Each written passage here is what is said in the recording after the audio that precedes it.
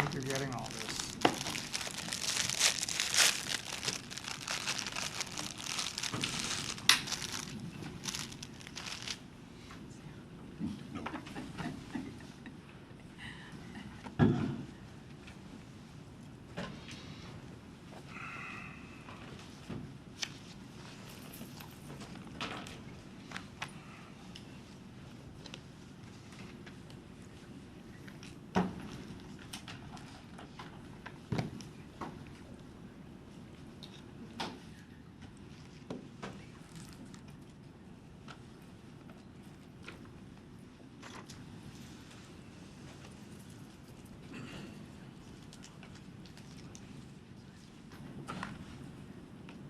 Welcome everybody to our January 27th, 2020 study session.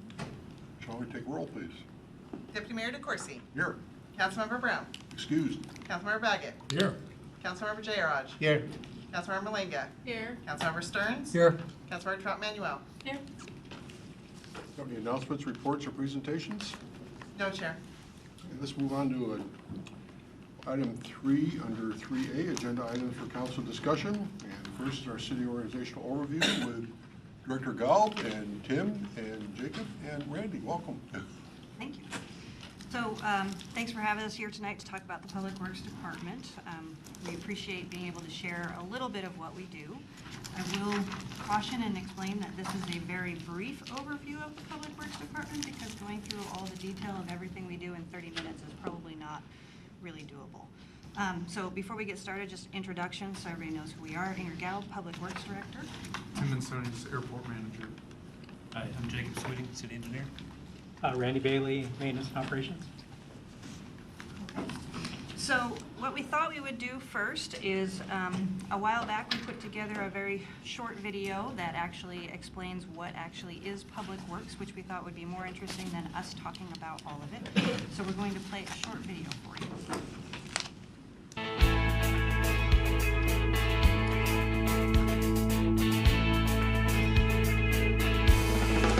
At Auburn Public Works, we design, construct, and maintain roads, sidewalks, and utilities to provide the highest level of service and programs that our residents depend on daily. Our team of professionals work hard to enhance the mobility, safety, comfort, and prosperity of our community. Just imagine what our community might look like without Public Works. The city's Public Works Department includes maintenance and operations, engineering services, and the Auburn Municipal Airport. The Engineering Services Division of Auburn Public Works is located in the City Hall Annex at 1 East Main Street. The Auburn Municipal Airport, also named Dick Scobie Field, is located at 2143 E Street Northeast. The city's Maintenance and Operations Facility is located at 1305 C Street Southwest. Public Works is focused on transportation, drinking water, sanitary sewer, storm drainage, airport design and operations, street preservation, project management, surveying, right-of-way management, standards development, and compliance, just to name a few.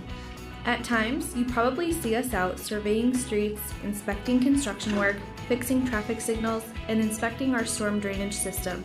But most of our work is done behind the scenes. Our work is continuous, but when we are doing our job right, you don't notice much because everything just seems to be working. That is Public Works. Now let's take a closer look at the various Public Works functions provided by engineering services. Transportation management in Auburn is vital for the thousands of residents and visitors who use our roads daily. Our Transportation and Streets divisions manage approximately 245 miles of paved public roads, which is about the distance from downtown Auburn to Whistler, Canada. They are responsible for managing the complete roadway network, including bridges, traffic signals, flashing pedestrian crossing warning beacons, school zone flashing warning beacons, speed radar feedback signs, fiber optic communications network, streetlights, street signs, pavement markings and paint, and traffic calming. The Traffic Control Center is the hub where data and video from traffic signals, cameras, and numerous other connected devices are processed and monitored in real time, allowing us to implement fine-tuned timing plans and changes for quick responses to traffic incidents, signal failures, or special event traffic. We also conduct approximately 40 speed studies every year to evaluate complaints of speeding, most commonly in neighborhoods. We review numerous issues related to safety and accidents each year. Under our streets are the potable water, storm drainage, and sanitary sewer systems that are planned, designed, inspected, tested, and managed by our utility division. The city's main water supply source is groundwater that comes from wells and springs under the city. Our engineers and scientists routinely monitor the groundwater levels and quality of the water to ensure that it meets all state and federal standards. Although rainfall keeps our city green, when it runs off onto streets, it can carry organic waste, litter, chemicals, and other pollutants through our storm drainage pipes and ditches into nearby wetlands, creeks, streams, rivers, and eventually the Puget Sound. The city's stormwater utility fees are used to plan, construct, operate, and maintain stormwater management systems through drainage improvement projects, routine maintenance activities, public education, and quick spill response to prevent the spread of contaminants. Each summer, we monitor and treat our public stormwater ponds to reduce mosquitoes using Department of Ecology approved products. Our sewer utility collects the sewage from our homes and businesses and conveys it to King County to be treated at their South Treatment Plant in Renton. Our customers can help us prevent blockages in the sewer by not putting oil and grease and so-called flushable products down the drain. We also administer the Auburn Municipal Airport, which is one of the busiest airports in the state with approximately 142,000 takeoffs and landings per year. Users include general aviation pilots, small corporate, law enforcement, and medevac flights. When roadways, utilities, and other facilities need to be expanded, repaired, or replaced, the Capital Projects Group is called into action. This group consists of civil engineers and CAD technicians and is supported by inspectors, surveyors, and other specialists. Surveyors utilize cutting-edge technology to collect and analyze data used for design and construction of projects, and also to support other city functions such as vegetation maintenance and land use activities. Inspectors are the front line that monitors the construction of both public and private development projects to make sure the infrastructure being built adheres to city standards and approved plans, while also ensuring that construction impacts are minimized as much as possible and that public safety is not compromised. The team works together to design and construct public projects, including roadway repairs and improvements that take worn-out roadways and restore them to like-new condition. Many projects also construct improvements that reduce congestion and provide safe travel to all motorists, cyclists, and pedestrians. The engineering group typically builds $25 to $30 million worth of infrastructure or capital projects each year. These projects range from smaller scale projects like the 22nd Street Northeast and I Street Northeast roundabout project to very large projects like the M Street Underpass, the new community center, and the South 277th Street Corridor Improvement Project. As you can see, we provide truly essential services and functions that enhance the quality of life of our residents. From controlling traffic patterns and managing our drinking water systems, to constructing and maintaining city roads, sidewalks, water, sewer, and stormwater drainage. We are Auburn Public Works, and we proudly deliver excellence every day for all who live, work, and play in Auburn, Washington.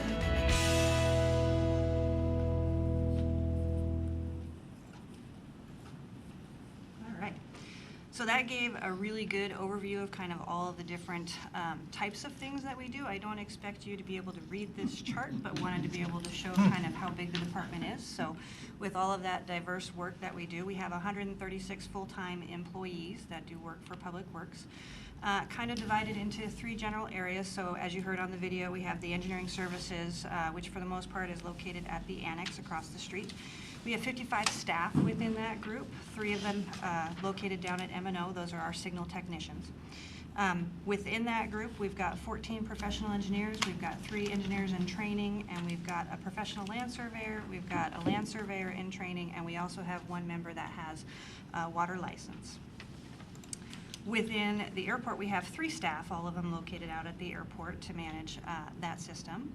And then within our maintenance and operations services, we have 78 staff, all of them located down at maintenance and operations. And among those staff, we have 14 that actually have water licenses. We have 9 that have wastewater certificates, and then we have 68 staff that either have or are in CDL positions in order to be able to operate our machinery. So with that, I'm going to dive right into what some of our services are, starting with Tim and the airport.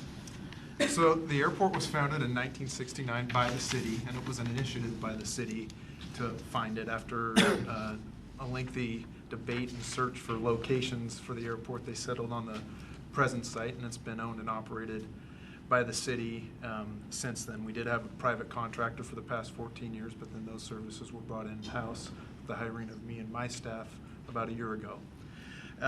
As the video mentioned, we are one of the busiest airports in the state. I think we're probably around 4th right now, and that's behind SeaTac, Boeing Field, and Payne Field. Spokane might be up there, but we're extremely busy, the busiest general aviation airport, non-commercial service airport in the state. Our runway length is 3,400 feet. You've probably heard or will hear about our runway lengthening that's going to take place. That's our big project this year, and it's going to 3841. The number one question we get with that is that's going to bring commercial service, and how is that really going to impact the airport and our surrounding community? Ultimately, it's going to make our airport safer. The airport's designed upon a critical aircraft, the largest, most demanding aircraft that our airport can meet, and it gives it a better stopping distance for when the runway's wet. So it's really just making the airport safe. I don't anticipate a significant impact or noticeable increase in operations with bigger aircraft that the community would recognize with this lengthening. We have 330 based aircraft. Again, that's 330 aircraft that call the airport home, 8 commercial tenants. And the recent WSDOT Aviation Economic Impact Study numbers just came out with less than a month ago. And our airport has a total economic impact of $43 million to the local community and creates 232 jobs. Now that's not just on airport, that's pilots that fly in, and then they're the jobs that the aviation activity demands or conducts from that. And a big thing in the airport world is our airport is self-sufficient. We're barely self-sufficient, but we are self-sufficient. We're not, as some communities look at an airport and a place that just makes noise and a place for rich people to play with their toys. As we saw, we're actually sustaining to the local community and actually have a large impact to the economic health of our community. And also the facility is accessible to medical and law enforcement aircraft on a regular basis. So what our staff does, as Ingrid mentioned, we have a staff of 3. We operate the airport, maintain the airport. That's all the paved facilities, and about half of the hangar facilities on the airport are owned and operated by the city. And we're in charge of maintaining that and leasing those out, along with the land leases of the airport. And a thing of note is we have an airport advisory board known as the AAB, and that's comprised of 7 volunteer members who advise the council on matters with working with the staff. Go to Jacob. So engineering services, as you saw in the video, we're located right across the street on the 2nd floor. We have just over 50 staff, and you saw a lot of what we do on the screen there, but a lot of what we do is behind the scenes, just like Randy's group. But we have 3 main divisions. There's the capital and construction group. That's the group of project managers, engineers, and designers that are taking your capital projects, your roadway projects, your utility projects, actually getting them designed, getting them out to bid to contractors, and then working with the contractors to get those built. We have a contract administration staff who not only administer contracts for our public works group, but also help out with other departments as well, with consultant and service agreements. We have a full survey staff that do everything from a monument database management to go out there and actually do construction staking in the field to make sure that things are built right. They're also keeping track of property lines and different issues, working with the King County Assessor as well. And then we have our construction management group. We do right-of-way acquisition when needed for projects as well. And then we also do construction permitting for work out in the right-of-way. There's also the transportation group. The transportation group, you saw some cameos in the video as well. They are the engineers and the managers of your transportation system. They do a lot of work securing grants. The whole group works together to try to get as much grant money coming into our transportation system as possible. They work to maintain the city's traffic signal system, and they maintain and manage the right-of-way. They administer like I said, the construction permits, but also temporary right-of-way use permits, banner permits, pretty much anything that's going out in the right-of-way will be managed by this team. And then there's a lot of regional coordination that happens as well. We work a lot with our neighboring cities, with the Department of Transportation, with the Puget Sound Regional Council to work on regional transportation issues and funding matters. And the staff spends a lot of time going to those meetings, and a lot comes out of that. That helps bring back some of those grants and some of the funding opportunities as well. And then city utilities. We have the water, sewer, and storm, 3 separate utilities that are all within the engineering services group.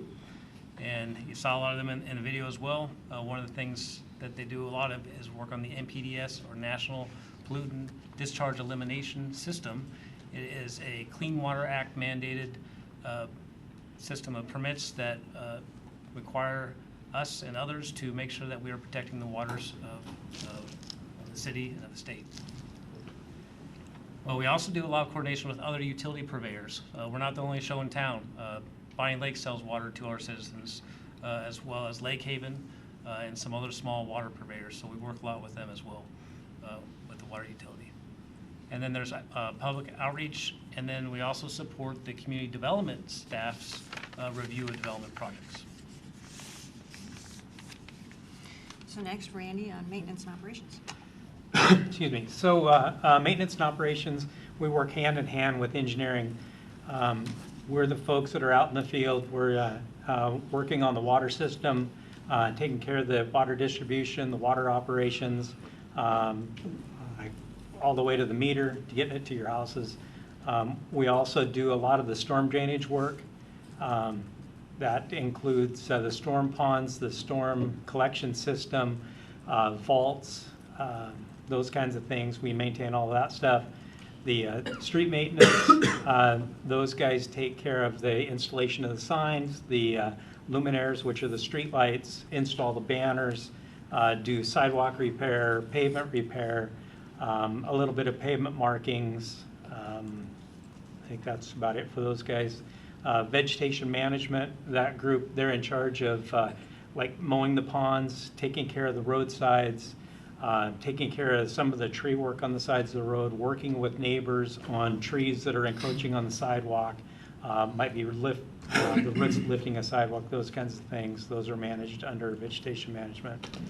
Our equipment rental, Central Stores Group, the equipment rental are the folks that take care of all of our vehicles, all the police vehicles. We've got over 350 rolling pieces of equipment that those guys take care of. They also, in that group, is Central Stores. They're kind of our warehouse.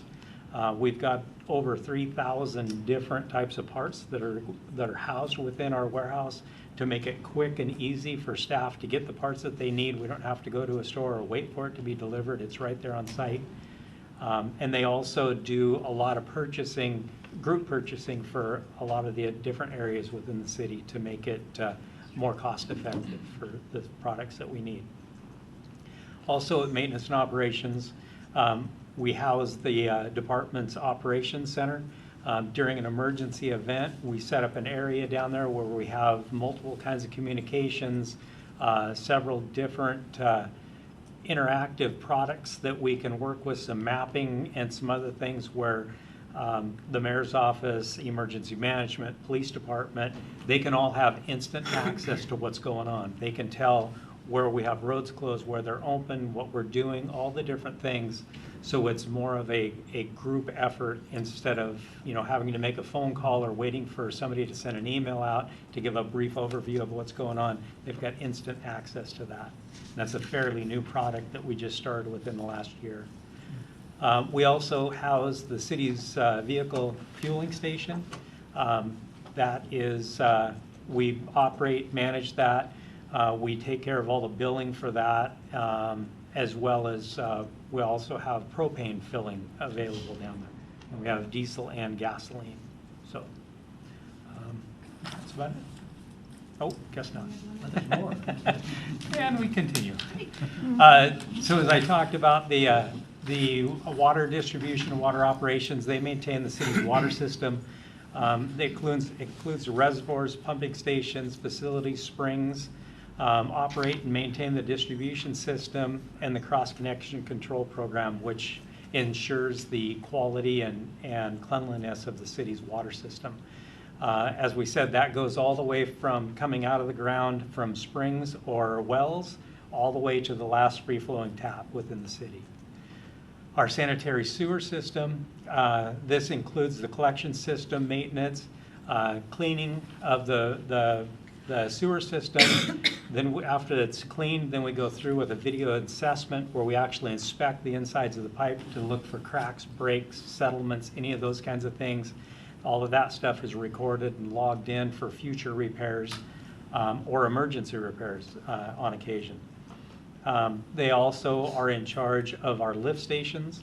A lot of people don't know, but our city is gravity for most of it. It also goes gravity through the city of Kent and down to Tukwila, where the metro regional treatment area is at. But to be able to do that, we've got multiple lift stations throughout the city where we lift the sewage anywhere from 10 to 60 feet to get it back up to where it will flow again, gravity, and continue to flow down to its treatment facility. Storm drainage system, as we spoke earlier, this includes ponds, swales, the collection system, maintenance and inspection, cleaning, repair, and also that group handles the flood response. So anytime that we've got heavy rain forecast or heavy snow melt with rain, those guys are at the front of the line and taking care of those types. Our vegetation management, again, they handle all of the mowing of the ponds, the right-of-ways, the roadside maintenance, tree removal, citywide street sweeping program. They also, I guess that's it. Sorry. That's it, yeah. We're gonna have time to rest. The last one is the street division. This includes pavement and sidewalk repair, street lighting, signs, the maintenance repair, the emergency road repair, road closures, snow and ice response. They take care of a lot of the emergency response when PD's involved. So if we have a traffic accident, it's going to be a long duration. They call this group to come out. They take care of all of the road closures, the detour routes, all that stuff, and that's 24 hours a day. All of these groups that I've listed, we have one person that's on call 24 hours a day for each one, for 4 different groups that cover all of these activities, and they're 24 hours a day. So that's it. So one of the things we wanted to talk about tonight is what Publicworks' main function is, which is around the management of our public infrastructure. So we work to ensure that that infrastructure is maintained, functioning, and meets the needs of our residents and our businesses within the city. So tonight we want to talk through kind of what that process is that we go through, which we call the infrastructure management cycle. So this cycle includes planning, funding, designing, constructing, maintaining, and then operating this infrastructure. And you can imagine our city is 129 years old, and some of these systems have been operating for almost the entire duration of the city. So when we look at this infrastructure, we're planning for decades, not for years. Most programs that we have go through this 4-step process that you see up there of identifying the need and developing a plan for what we want to do, that planning phase, determining how we're going to pay for it, how are we going to fund it, designing it, constructing it, and then operating it and maintaining it for the long term. So first step in that process, the planning process, there are different levels of planning that take place. You heard some of this last week in Community Development's presentation regarding the comprehensive plan process. Within that process, Publicworks actually manages 4 elements of that, which is the comprehensive planning for the water, the sewer, the storm drainage systems, and the transportation system. Within your agenda bill, there are links to those comprehensive plans because it's about 2 feet of paper. So we weren't going to print it and give it to you, but you're welcome to read it in your spare time or if you need to get to sleep at some So we go through a process for the 20-year comprehensive plan about every 8 years. The next one's coming up in 2022. And then in addition to that, after we do that major comprehensive planning, we have additional planning that gets done in both the capital facilities plan that happens every year that we update that for that 5-year plan, and then for the 6-year transportation improvement plan, again, which we also update annually as we go through that process.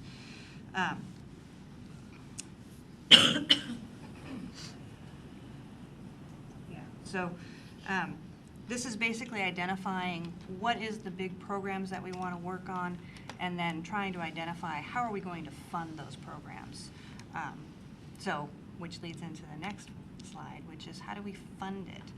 So wanted to break this down in simple terms for council. So Public Works manages about 16 distinct budgets that incorporates both our operating and our capital improvements budgets within there. It covers general revenues, special revenues, enterprise or proprietary funds that we have, as well as the internal service funds that we utilize to accomplish the goals of our department. Overall, Public Works expenditures on an annual basis range anywhere from $75 to $90 million a year. Operating costs are about $44 million of that. Capital improvement costs typically range anywhere from $15 to $30 million over any particular year. That all depends upon what projects that we have identified, what grants have we gotten, and what is the work that we actually have planned for that year. And then as part of our budget, we have the King County sewer budget, which this is a pass-through since we don't handle the treatment of our sewage system. We pass that to King County. We collect fees from our users for that, and we pass that on to King County. And that ranges in about $18 to $20 million a year out of that overall budget. So overall, the general fund makes up about 10% of the budget for Public Works. And that basically is covering our general engineering services, our street division, and our transportation division. And over on the side there, you can kind of see how that $44 million operating budget is broken down by the different funds. On the revenue side, we have operations and capital. And in going through the list of how different funds actually obtain their revenue, I wanted to indicate those items that are capital only, so funds that we get that we can only spend on capital projects. Those are what's identified in blue on the sheets in front of you and on the screen. So for our enterprise funds, enterprise, which is proprietary funds, that's our water, our sewer, our storm drainage, and our airport fund. Those are basically fully paid for through the user fees, the utility rates, the permits and application fees that we charge, whatever grants and loans we get, and specifically for the airport, Tim mentioned it, the tenant and land lease rents that we collect. That is the primary source of that fund's revenue. We also collect system development charges for our utilities, and those can only be used on capital projects, as well as grants and loans typically are only for capital projects within those types of funds. Transportation is made up of general and special revenue funds between our operating and our capital budgets. That's primarily made up of a little bit of gas tax, permit and application fees, and then on our capital side, a lot of grants, some loans, traffic impact fees, so that's charges that we charge to development for the impacts that they have to traffic when they develop. We have a 1% utility tax that gets charged and actually placed directly into our arterial street preservation program. And then partnerships and agreements. So this would be where we get Auburn School District to partner with us on a project, or we get WashDOT to partner with us on a project. And then we also utilize real estate excise taxes for doing general fund type projects, which primarily are sidewalk projects and then signal projects. Our equipment rental fund, as Randy talked about, equipment rental is where we manage all of our fleet and our central stores. So that fund is an internal service fund. That means that everybody that has equipment in the city that department manages actually pays into a fund, both for the use of the gas and the maintenance every year, as well as pays an amount in for the replacement of their equipment, so that by the time their equipment is ready to be replaced, the money is already there and in the account for them to actually buy that equipment. And with that, I'm going to move over to Jacob to talk about design and construction. All right, design and construction. So we had a plan, we got the money to do it, and now let's go build it, right? So the design and construction group is led up by the capital and construction team that's within the engineering services division. I referenced them earlier. And rather than repeating all the things that you saw in the video and saying again what they do, I just want to give you a quick status of what they're up to now. And they're pretty busy. Right now, they still have about 10 projects that are in construction. There's 30 projects that are actually in design and permitting phases right now. They typically finish about 25 projects a year. And if you ever want more details on those projects, there is a web page available that has an interactive map that you can click on. We'll come back to council another time and give you more information about that. But you also get what's called a CPS, or a capital project status report, that we periodically email to you with more information about the projects. So a little wrap up about an overview of 2019. So your capital project team in 2019, they replaced 30 lane miles of pavement, 4,400 linear feet of water main, 7,600 feet of storm drain pipe, 3,400 feet of new sewer main. They installed a new traffic signal, about 6,200 feet of sidewalk, and then 2 of those RRFB, or the rapid flashing pedestrian beacons. So they got a lot done in 2019, but more to do, and right back at it with all those projects in design. So once a project's designed and constructed, then someone's got to actually maintain and operate it. Thanks. Yes. So again, we're not going to go back through a lot of the other stuff that we talked about, but just some things of note. You can see on the map off to the right-hand side is the street light request for 2019. This is our OMS, our maintenance management system that we use. At M&O, there's 78 staff. There's 66 field staff that are within that group. So in 2019 for tasks, those crews did 33,908 tasks in 2009.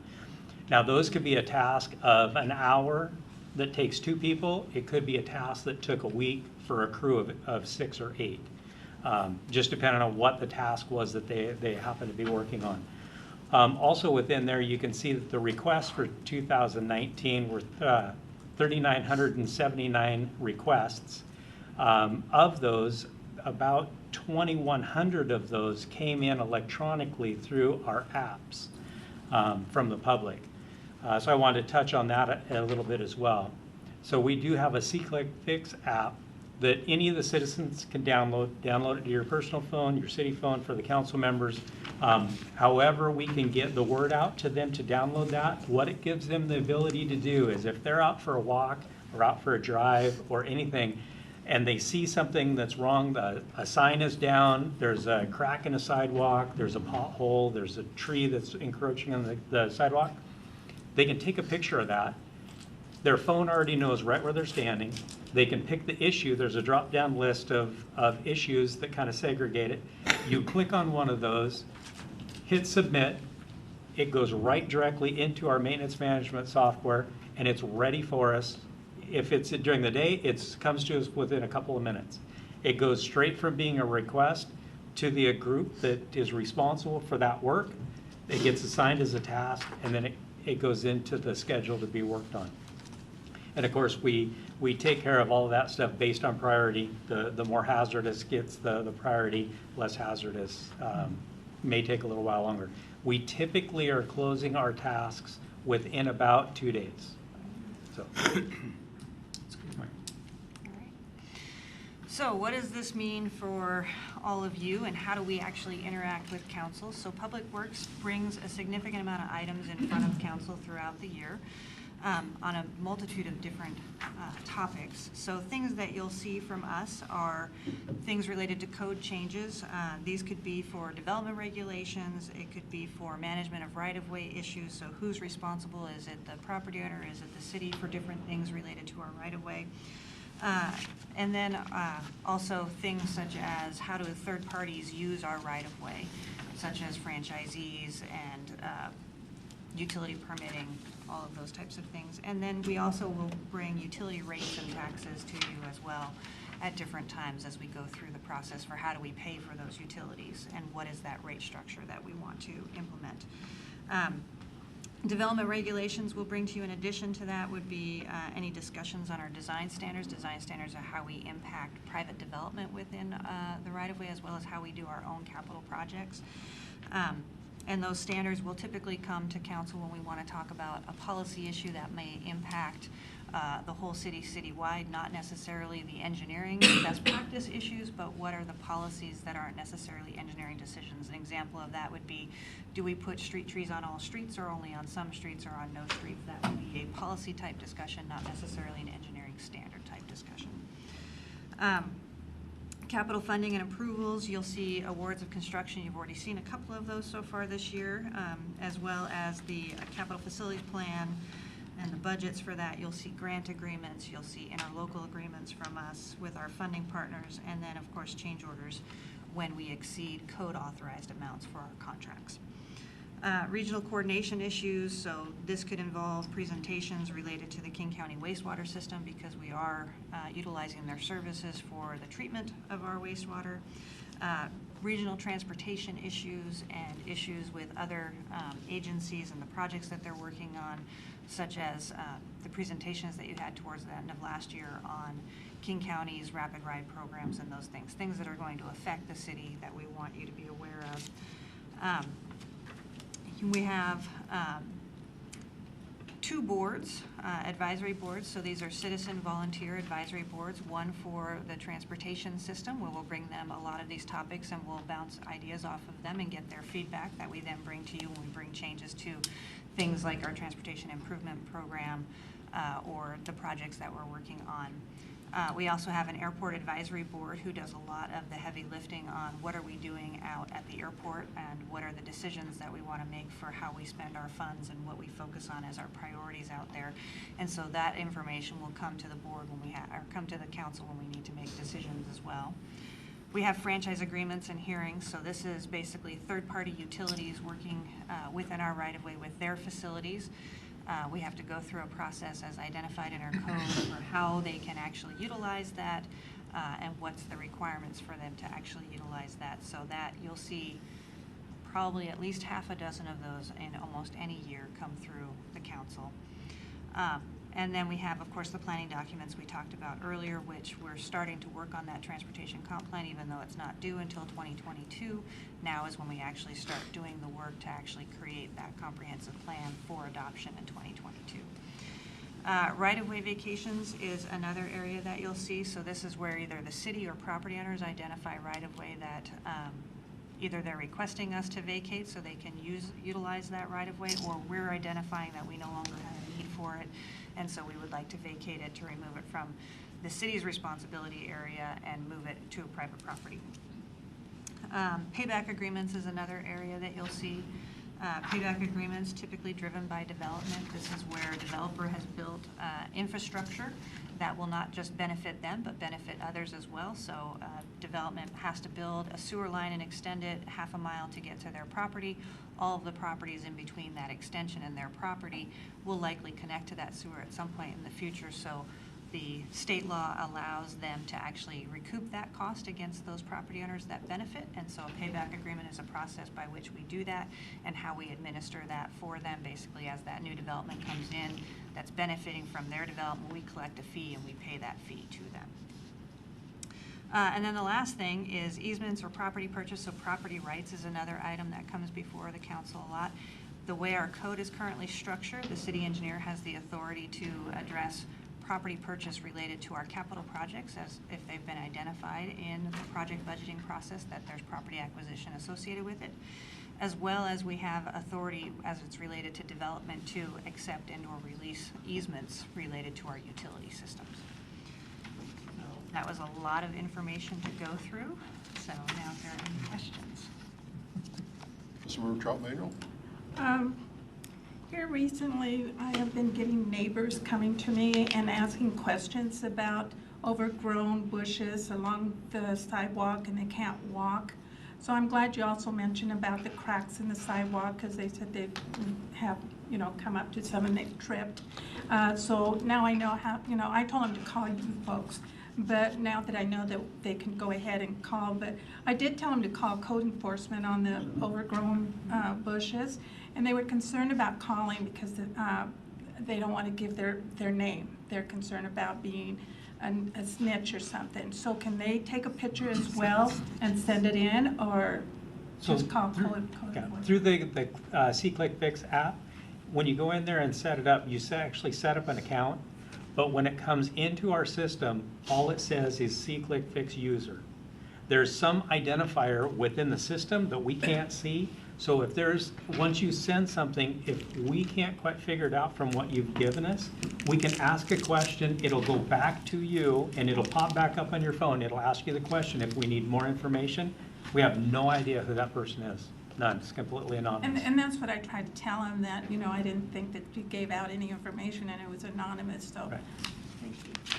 Well, Randy, on the requests that come in, outside of physically seeing the work has been done, does the app or the program have any information on it that shows that the work is completely closed out that people can see?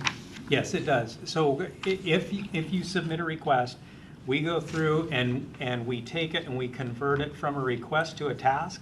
You get an email that lets you know that it's in process. Then we go through and we complete it.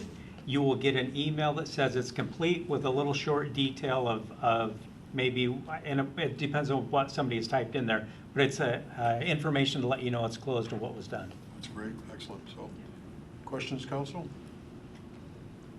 Councilmember Stearns? I'm sorry, on the water, how many accounts do we have? I want to say we have over 14,000 accounts within the system. That's grown steadily, or it kind of depends? So, so our water service boundary is pretty much set, but it does grow a little bit as you have new development going in and we have new customers coming in. You'll see some growth happen to that. So as you have a big plat development of 200 lots, that'll be 200 more customers that we'll end up having in the city in those situations. But it's roughly around 14,000. And I'm sorry, can I go again? Right. So we're mostly from wells, and did you say we buy like Tacoma? Or? So we have the ability to purchase water from Tacoma. Several years ago, we had some issues with some of our water sources, and so we needed to have that backup emergency supply from City of Tacoma, and we actually were using that water supply for several years. About 2 years ago, we finally completed the last project that we needed to bring our sources of supply back into full supply. And so we were able to stop utilizing the City of Tacoma water. We still have it accessible because we purchased those rights to it, so it is our backup. If we lose one of our significant sources of supply, then we can utilize Tacoma water to backfill that demand and that need, which is part of the reliability that we need for that water system. As far as the types of water sources that we have wells, we have springs, and then Tacoma water, and we have interties with a few others as well. Thanks. Councilmember Troutman? And this goes to you, Jacob, Randy, again. I want to thank you guys for keeping those storm drains cleaned. And because up Muckleshoot on Dogwood Avenue, there's always a lake. Always clear around the corner to 22nd. How often does maintenance go out there and clean those up? And I know my husband cleans ours and our neighbors all the time, so we're not getting all that water in our driveway. So how often does the maintenance go up there and clean those up? So our street sweeping program, we start the street sweeping program the 1st of March, and we go through October. And we do each neighborhood once a month during that entire time. So on the website, you can actually go on there, and under street sweeping, you can type in your address, and it'll come up and give you a list of exactly what day each month the sweeper is going to sweep your street. So that way you can move your garbage cans, you can move your vehicles, all those things, and we will be out there to sweep it on that day. Outside of those, when we have a predicted weather event, and we know we're going to get the blustery winds, especially in the late fall, early fall, and the leaves are going to start to fall, We actually have crews that get assigned. We have the city broken into zones, and we assign crews into those zones, and that's all they do when that rain first starts to hit, is they're out there hand cleaning catch basins to keep from the urban flooding from occurring. Does our city have problems with people not moving their vehicles and causing the sweepers to continue going around them? Yes. Is there do we give any citations or anything like that? Not currently. Because I know of other cities that they do. They give you the date and the time that you're going to be out there. And if your car's not moved, they get a citation. So I was just wondering if we had that program. Nope. Okay. Not currently. Ingrid, one last question for me. You mentioned the fog, the fats, oil, and grease. Do we have any significant issues within our system with that? Significant issues, Clogging the pipes where? not necessarily. We have localized issues with different types of businesses in town, which is why we have the fog program and why we continue to work on that. And I would say the other area that probably is the most impacted is our pump stations. Any other questions? Thank you all. Appreciate the presentation. Now, Director Gall is up again. Facility needs assessment. Actually, I'm going to pass it on to staff. Okay, there you go. She delegates. Yes. Delegation. I like that. He's a good delegator. And she has a good team. Yes, she does. Yeah.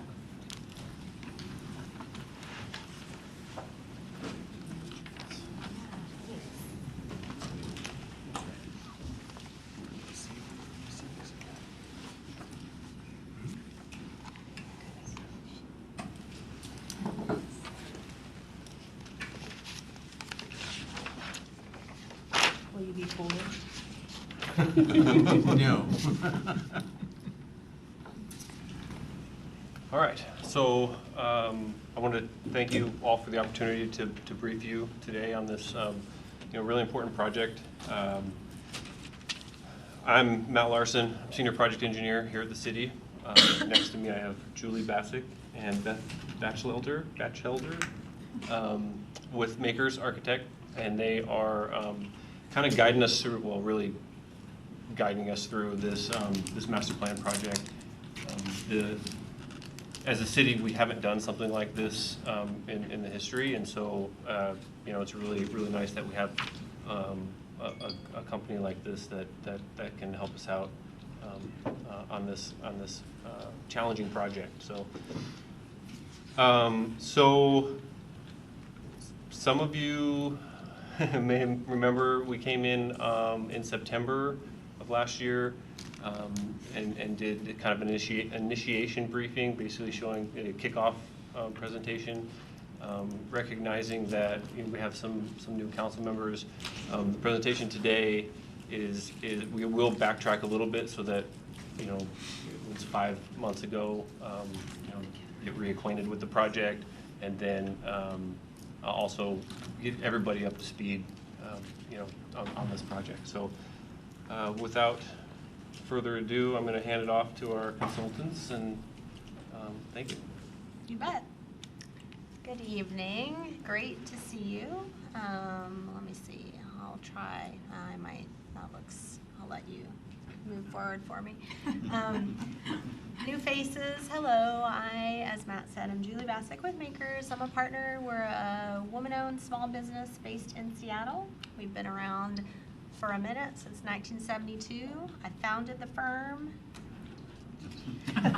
Hopefully you didn't believe that, although we do have gray hair, so you might have. We work, about 2/3 of our work is helping local and federal government agencies do facilities planning. The other, about 1/3, is working on urban design and traditional community planning, neighborhood plans, transit-oriented development, right-of-way design, plazas, that kind of thing. So Beth and I are here. Beth is a key member of our facilities planning team. We're going to brief you a little bit on the project and then the conclusions of our needs assessment phase, and give you a little preview of where we're headed in the next phase 2 of the project, which is alternatives analysis. This is a lot of information. We're going to take our cues from you. Interrupt us anytime with questions, and then if you need us to move it along, give us the high sign and we'll go faster. We can talk fast if need be. Okay, a little bit about the project. So Auburn is doing a very, very smart thing and taking a minute to assess your facilities and the portfolio of assets that you have that supports all the work and the services you provide. Many cities are realizing that investing in this kind of citywide plan is really smart, and it keeps you from continuing to spend money on maintenance and renovations without necessarily confirming that those are the facilities you need or that they're going to support the services you want to provide your community into the future. So that's the goals of this project, are to align your facilities with your vision and goals. So to create welcoming and safe facilities, address your issues, support growth, and then work with all of your department directors and yourselves to ensure by the end of this process you have a plan that makes sense, it's supported, and it's feasible to implement. So this is a challenge. It's always tough, but in this case, I think we have a bit of a challenging bunch of issues to work through together. Luckily, we have a great team and have been working with your leadership on staff, and so I think we've got all the people we need at the table to work through them. You have a number of significant facilities that are ready for investment, so they're hitting that mid or end of life cycle.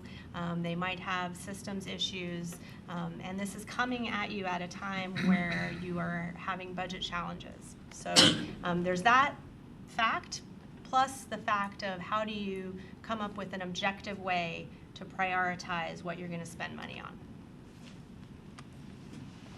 However, this does offer a number of opportunities.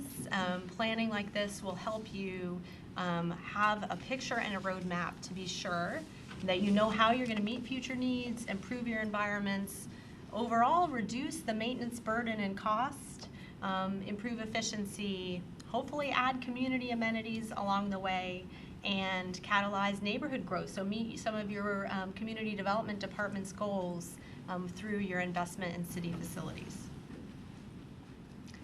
When we spoke with some of you in September, there was some advice we got, and it was a great discussion, but here are kind of the 4 major takeaways, the big ones. Number 1, yes, we have a lot to do. Let's make sure there's some attainable actions and quick wins that this plan identifies. We don't want this plan to sit on a shelf, have all this good effort and discussion and thought go to waste. So make sure we can get going pretty quickly and build momentum. Improve the maintenance and operations platform. Beth's going to tell you a little bit more details about that. That is an area where you do need quite a bit of thought about how to best support both your public works, all that work that you just heard about that gets done here in the city. Those folks are operating from facilities that could use some help. So there's that. We want to make sure that even at this early stage, we're setting the stage for community support and buy-in. And we want to make sure facilities investments, when you invest in a new facility, that's a 55-year on average investment. That's for an office facility. If you take good care of your buildings and build quality, they can last for 100+ years. So let's make sure we think about growth and change and future generations when we're making that kind of investment. I'm taking too long. I do it to myself, give myself the high sign. We are on our 2nd of 5 council briefings. As you can see, that big star, that's where we are, wrapping up phase 1, moving on to phase 2, alternatives, and then phase 3 is where we come together around a preferred concept and a master plan. We're hoping for October. We delayed a little bit, wanting to wait until you all were settled and we could come in front of you early-ish. So that might be towards the end of the year before your final plan is done. We have 3 major areas of focus: your maintenance and operations facilities for both parks and public works, and your justice center, primarily driven by your police. And Beth will go over issues within those functional areas. We also, though, because this is a citywide effort, want to make sure we consider the context of your City Hall and Annex, the GSA property that you're currently using, and your other police facilities, such as our large-scale evidence storage that's at GSA. So we're taking a broad look at your entire portfolio. However, there are a few facilities that we're excluding, and these are important because they have very special needs and level of service and facilities planning efforts that are separate, like the airport, like the Animal Valley Humane Society, the theater, White River Museum, and then Parks and Rec community center facilities, for example. So we're addressing parks M&O, but not community centers. Make sense? Okay, we've done a lot of work, interviews, tours, facility assessments, and had a great visioning workshop with our leadership team. Okay, that's the background and our schedule and our goals. Any questions or thoughts so far?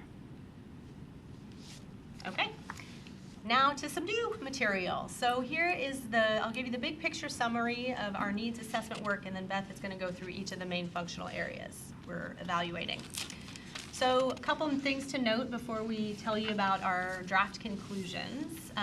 We do this in two major steps. We look at your current facilities, and by looking, though we observe the condition issues, we're really looking at how you use the space, and we're working with your facilities team for them to convey all of the things that they know about what's behind the walls, we're not opening the electrical panels. We're getting that from them.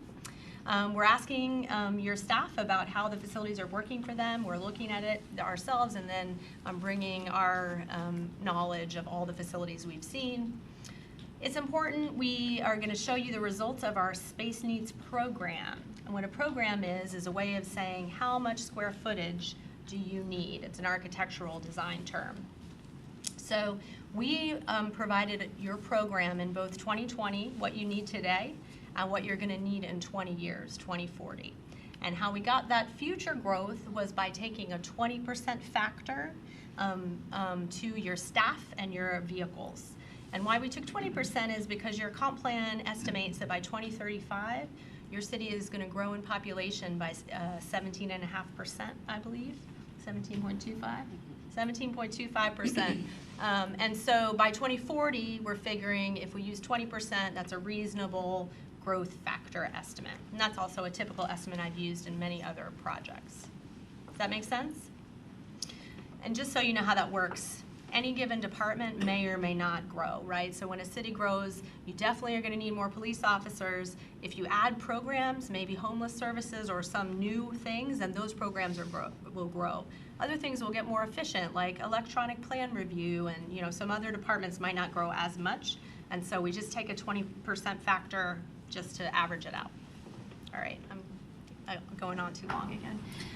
Okay, so here's what your facilities look like. So you've got about, we say for each building you have what's its primary use. And it's a little tricky because for your facilities team, they've got a bunch of storage of furniture, et cetera. That all comes under admin. So right now, if you count the facilities storage, City Hall and Annex, that's over half your square footage. The next biggest chunk is M&O, that's that brown in the donut, and then the small blue is public safety. To the right, you can see that graphic shows the number of staff in each of your facilities. So you got about 160 people, 140 of which are in police, and about 23 which are in court in your justice center. And then you can see further obviously Publicworks, City Hall, Parks M&O. 6 folks over at Game Farm Park. They're lonely. No, they're not. They're doing good. Okay. All right. It's also interesting to note, and this is back to why we assume that you're going to grow over time. So the way to read this chart is this is for every decade, how many building square feet does Auburn have to support its operations? So as you can see, you started out with a few facilities in the 1940s, then there was a building boom in the 70s, in the 80s, and a little more square footage added when you got to the 2000s. So we don't know how many square feet you're going to have moving forward, but we do know that that dark blue line, the population of the community is growing and has grown exponentially due to annexation and other growth in the area. So as you assume that grow, it's also reasonable to assume you're going to need more square footage to support the services you provide to that population.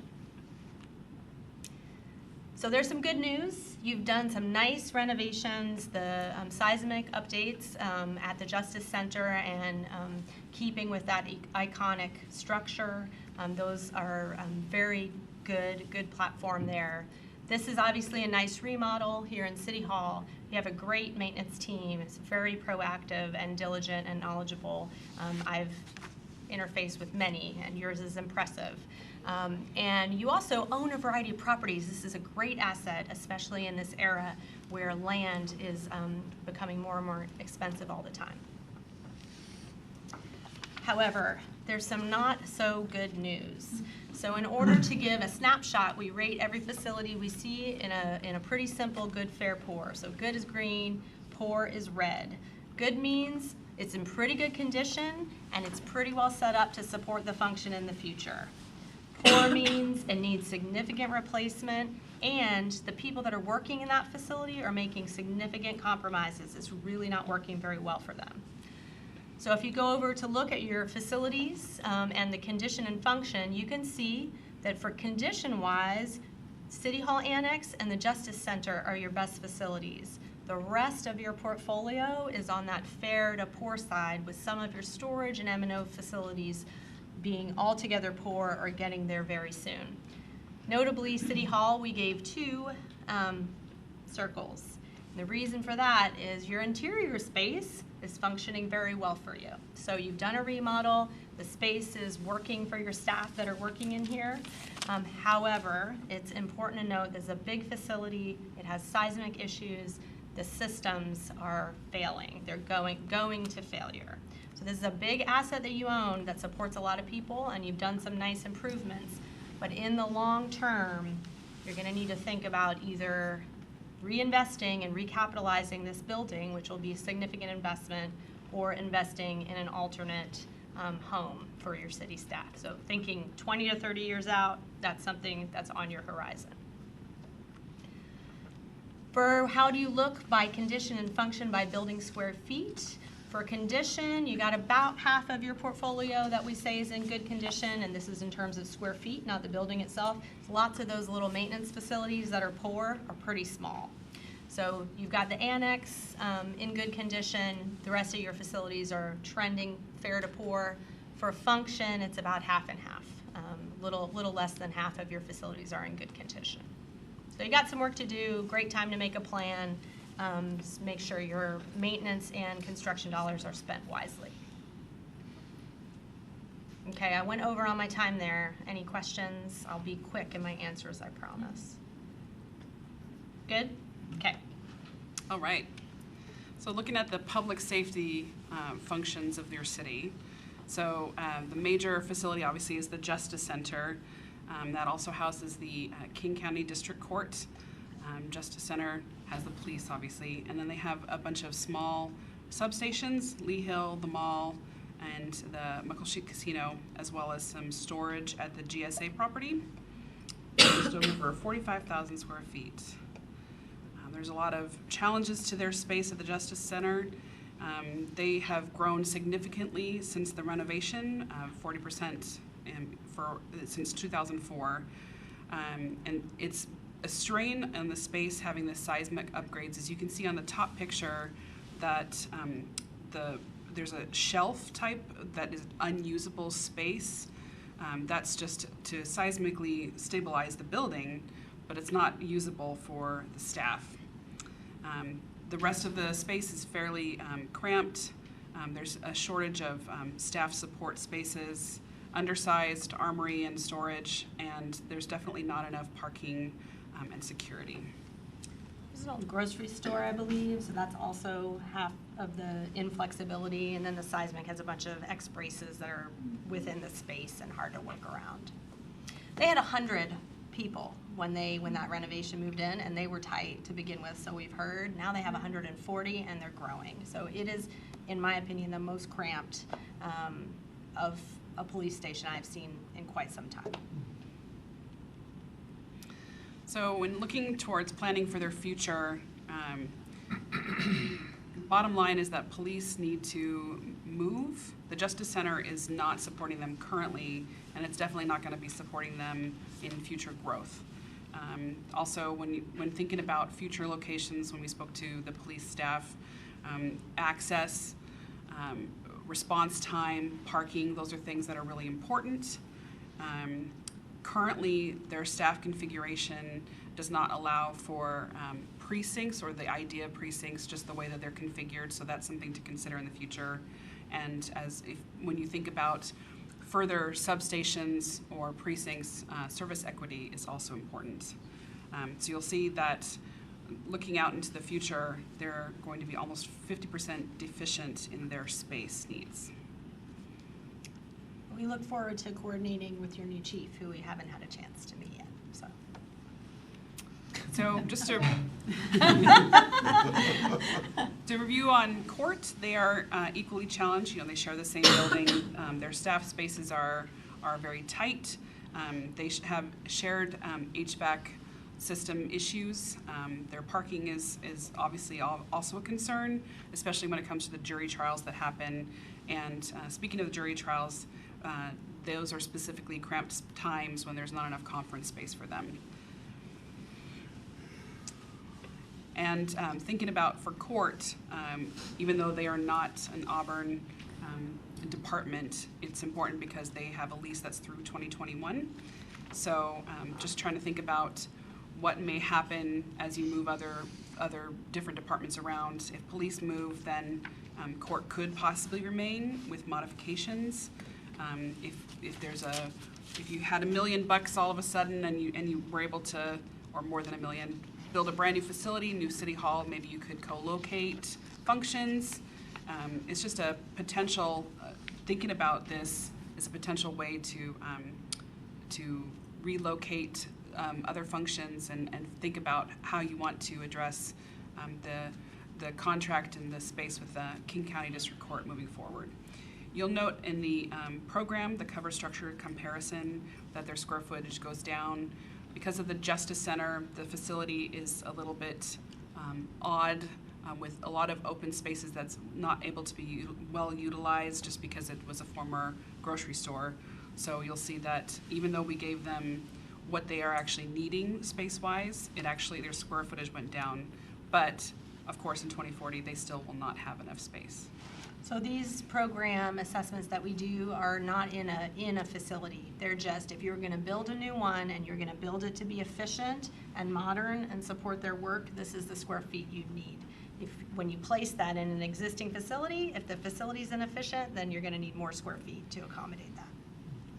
Do you have any questions about the public safety side of things? Okay.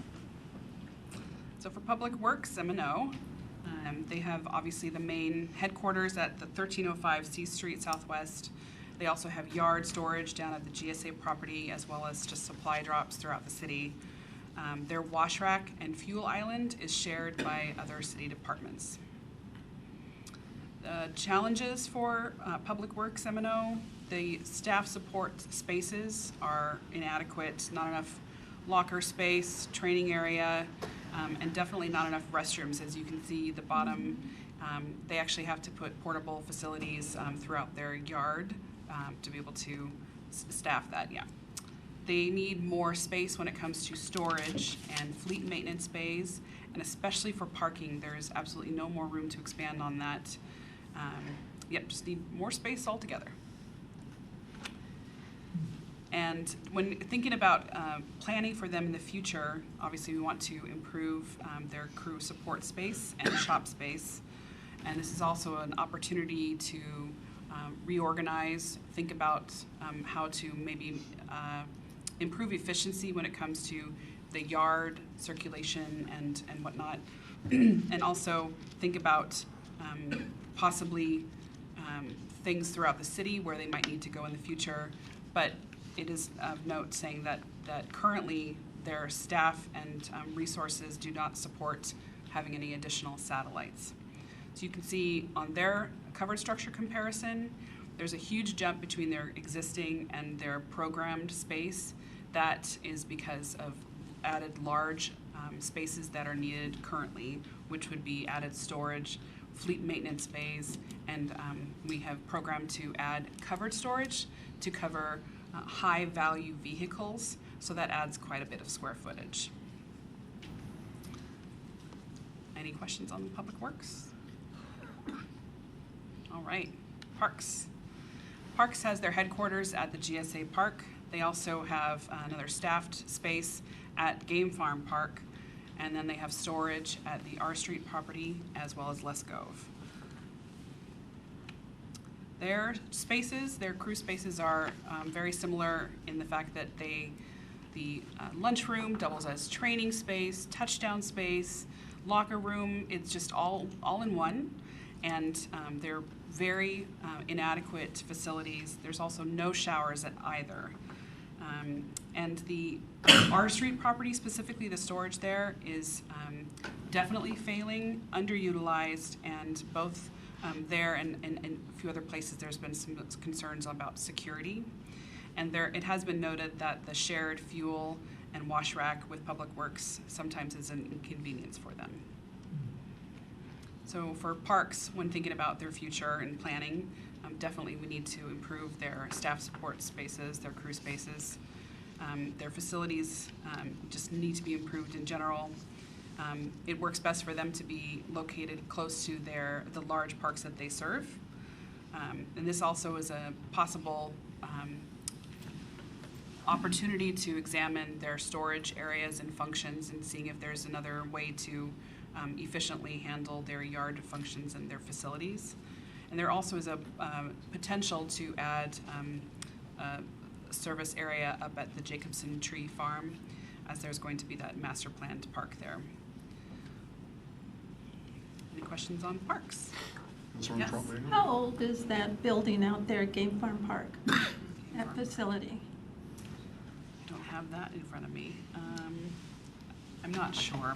We have the data, but I'm not sure. Didn't we have that empty for a while, wasn't occupied when we used to? Well, the staff is, Daryl Favor, Parks Director, the staff is at the Game Farm Park Annex building inside of the park, and that one's completely, it's very old and antiquated. Then there's a separate building that we took over from State Parks, that's on the corner of R, and we don't have any staff there. We leased that to the Stolen Car Task Force, but there's some older conditioned buildings on that that are probably 50 to 70 years old. Do we have enough property there to build both of them? To No. rebuild? No? Okay. You mean both Parks and Public Works? Right. Probably not. We're gonna take a look at all your options. Next phase. Yep. Any other questions? All right. Just thinking about their shared functions moving forward, it's important to think about possibly co-locating opportunities and, like, for instance, sharing training space, warehouse space, that kind of thing.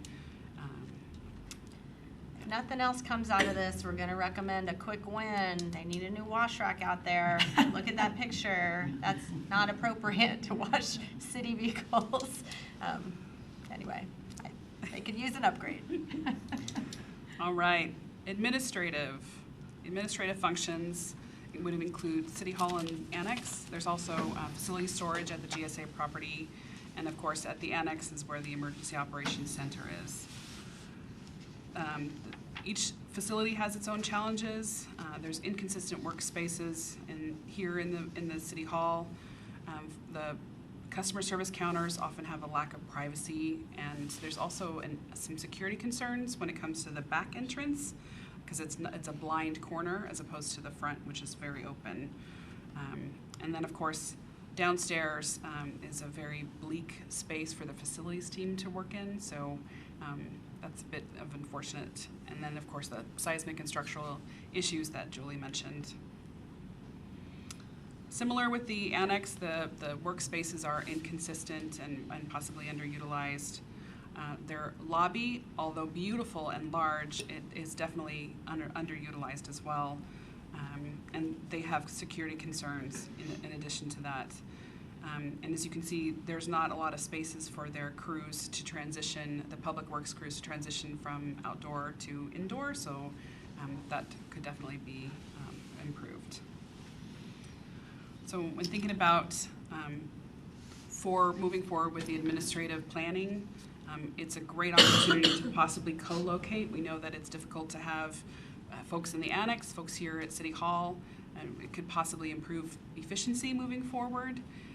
We've also been told that it would be a good idea to have some type of a backup emergency operations center towards the north.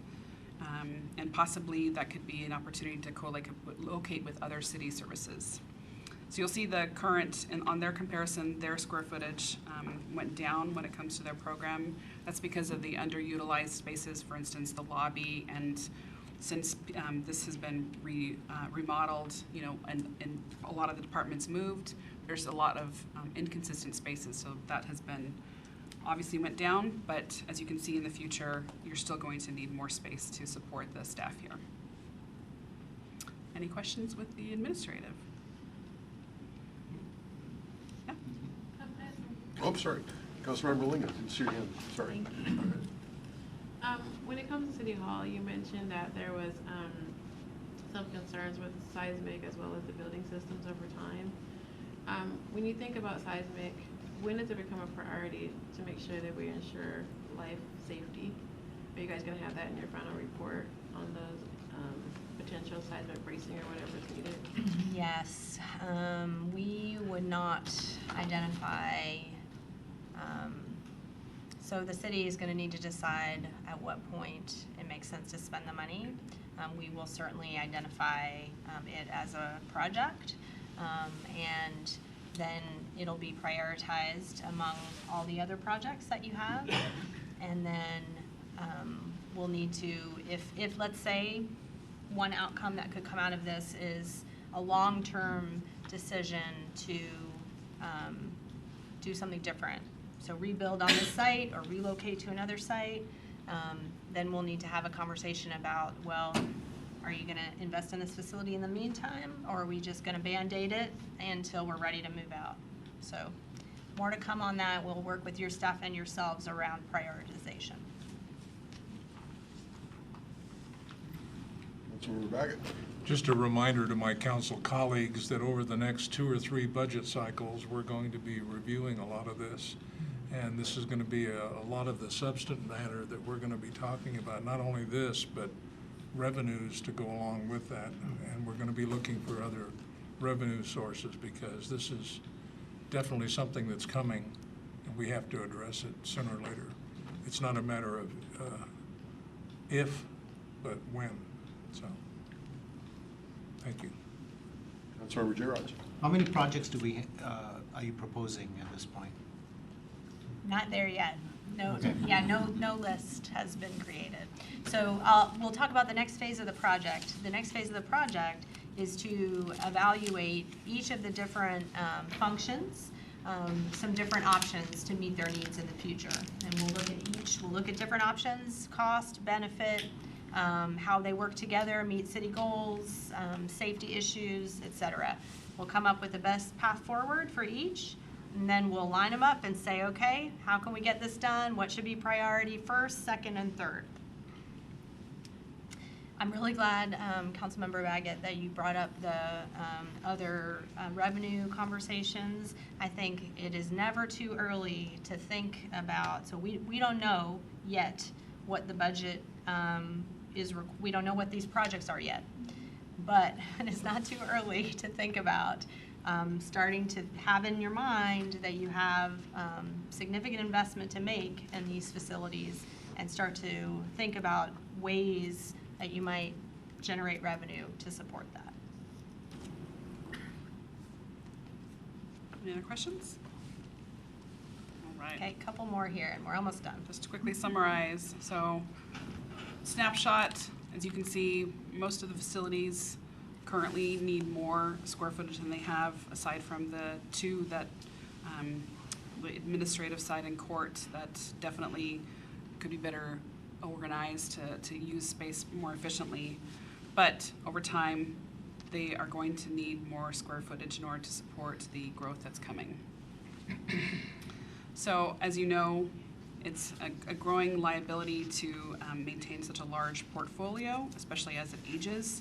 It's going to be important to make sure that this is a priority to reduce the liability, and it'll need investment.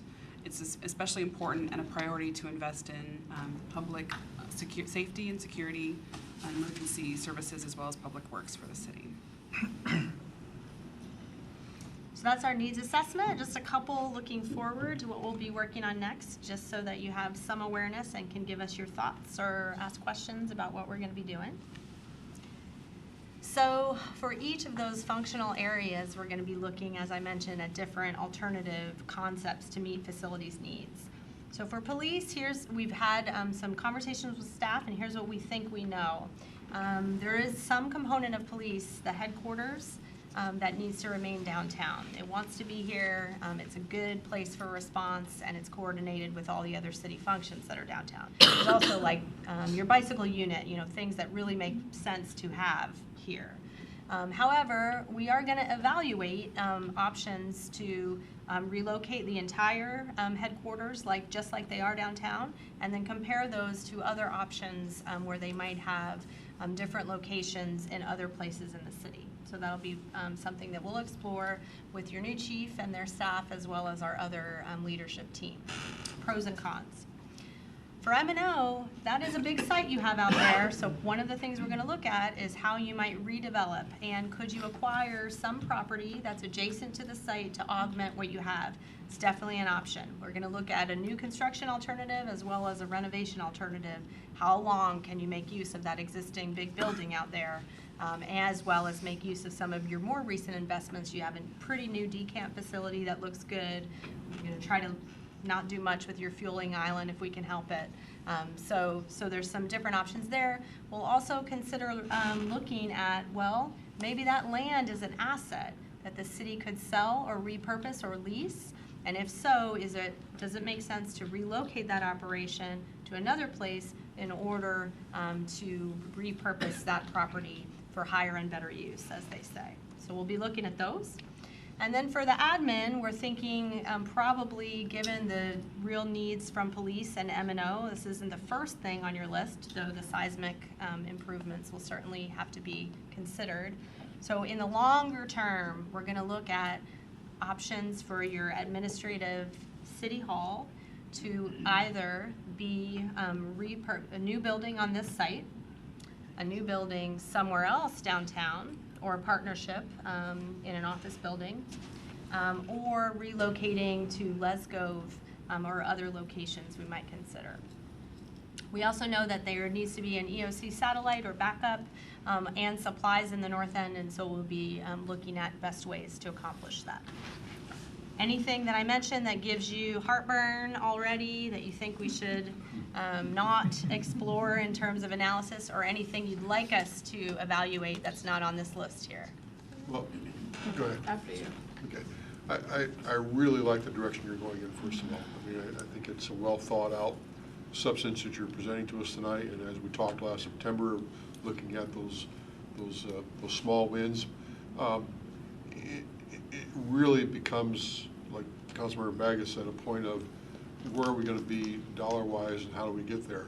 It'd be wonderful if we had a blank check and we could create a one-shop campus somewhere in the city with all services and facilities in one spot, but that's probably highly unlikely to happen.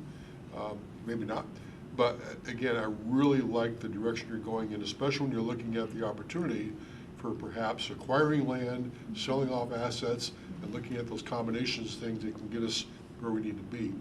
And I mean, I know you've already done this, Julie, but looking at some of our facilities are already there, but kind of looking at when is the point of no return, and how do we, as a council, take that information to go to our next steps with this. So I think it's kind of important, almost dynamic, to give us some opportunity to look at this is it.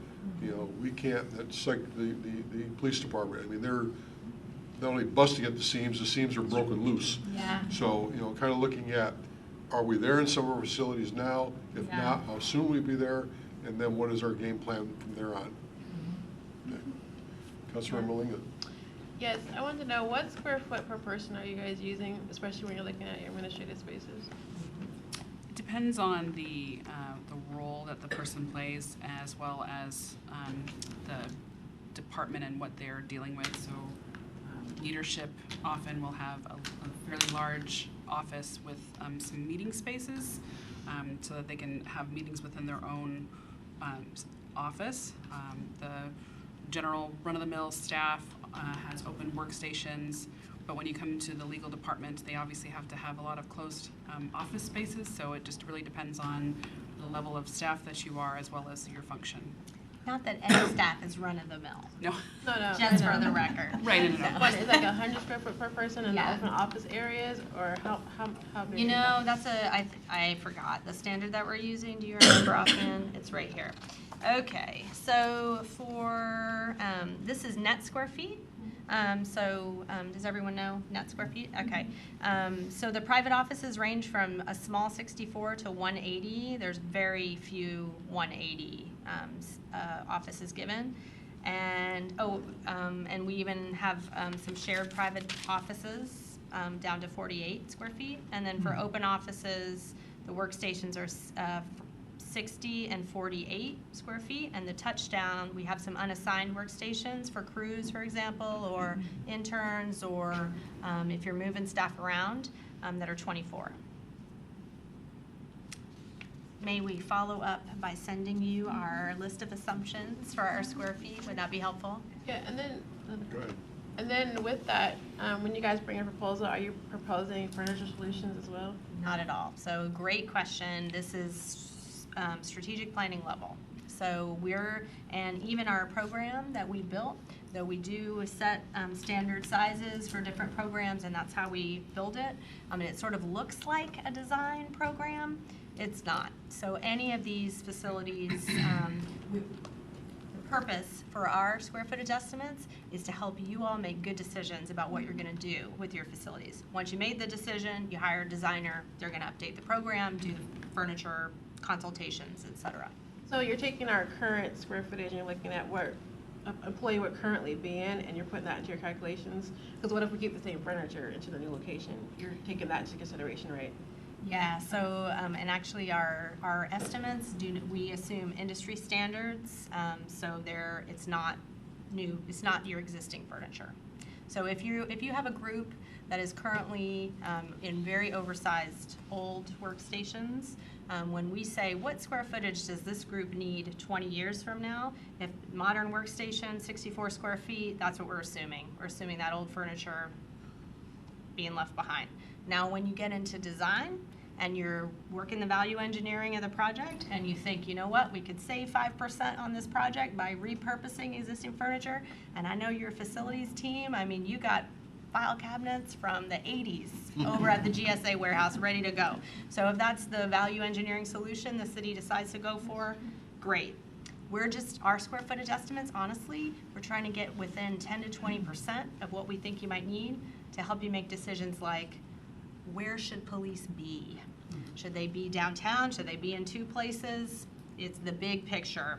Then you go into design for some of the questions you're asking. Do you have a design background? Yes, I do. Yeah. You'll be perfect to help guide this phase as well as the next one. Councilmember Stearns? Are you looking at smart cities opportunities for us? Like, what do you mean? Like using data to drive future decisions, like Boston, Atlanta, Bloomberg. You know about like Bloomberg smart cities, or right?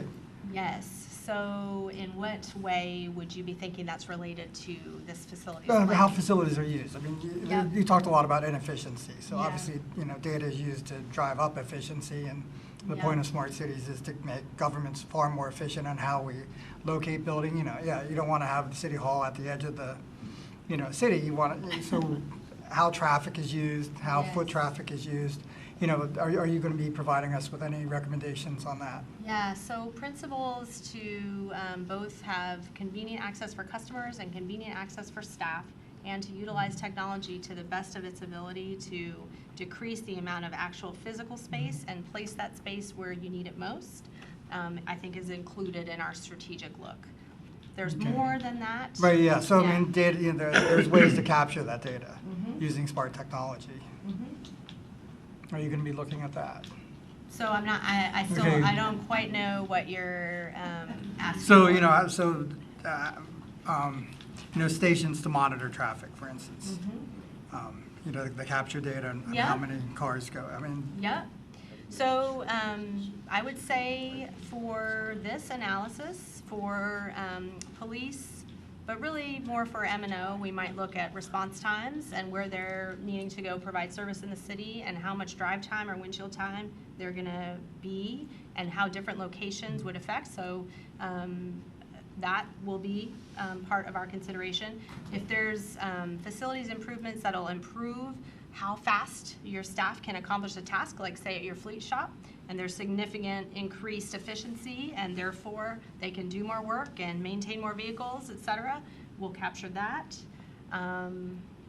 Otherwise, for major moves with administrative staff or police that have different outcomes, that would also be in our model. Are we going to do it's not a customer service model though, it's really just how staff works and how they interface with each other and how long it takes them to get their job done. Yeah, so yeah, we're talking about how you capture that data rather than just, sort of anecdotally. Yeah. Well, we'll use whatever data the city has and it measures and can provide us. Otherwise, there's not we're not resourced to go out there and measure a bunch of those metrics as part of this work.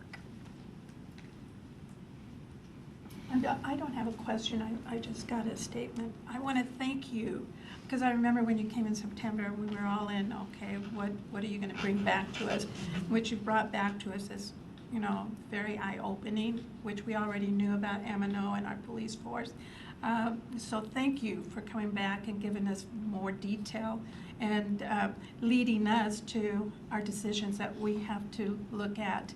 And I like what you've presented today. Thank you. I wrote my notes as police and M&O priorities, because I've been down to the police department several times for meetings, and there was very limited space. I've gone to M&O as well and saw how small. That's when we had another director here. I went over there and I saw how small it was. So thank you. And I did think about when you mentioned about looking at other properties surrounding M&O, I thought of that right away because there is some areas that I saw that maybe the city may be able, I don't know who owns that, if there's the railroad or what, so it would be something for us to look at. Yep, variety of owners there, different situations, all of them, but I think it's we definitely want to dig into that a little bit and see what the potential might be. Thank you.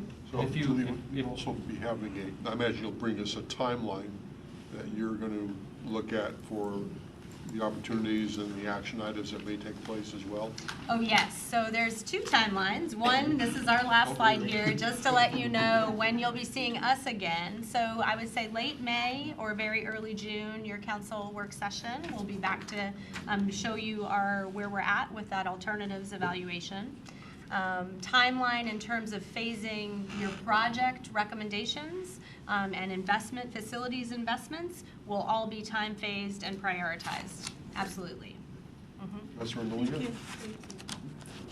Just one last question. I know you said there was like a 20% growth factor that you guys were in consideration of. When we get the options, will it show 20% and then just the current square footage? A couple options. Oh, when you get the needs assessment memo has both of those. Probably for the initial options phase, we'll just use the bigger growth number, and then that'll help you choose between different strategies. And then once you get the strategy, then you can figure out maybe you want to build it in phases, build what you need right now with a smart way to get that extra square feet when you need it. So we'll think about it at that point. I just want to clarify, my background is in space planning and needs assessment rather than design. So. Oh, gotcha. And I really appreciate your space planning background. You're a person after my own heart. Yeah. And in my former life, I had the opportunity not only to be the person who was in charge of purchasing a building, but also going through the space planning design phase of a facility we never thought we were going to space in, and within a year and a half, we're out of space. And then a few years later, we decided to buy a adjacent facility that was never for sale. We made it for sale, And we renovated that, made that a brand-new, beautiful space with an auxiliary space that was not filled. That space is now filled, and both buildings are completely 100% occupied. And I don't work there anymore, so I don't know what the future plans are, but as we always planned, we always seem to always run out of space. Yeah. So I really appreciate, again, you looking fast forward into what those really needs are. And perhaps the 20%, maybe we need to go a percent or two higher as we go forward. I'm not sure, but as you present future reports to us, we can look at that. Maybe we may need to go a little bit more than what's being projected at this point in time, depending upon what the final results may be from your analysis.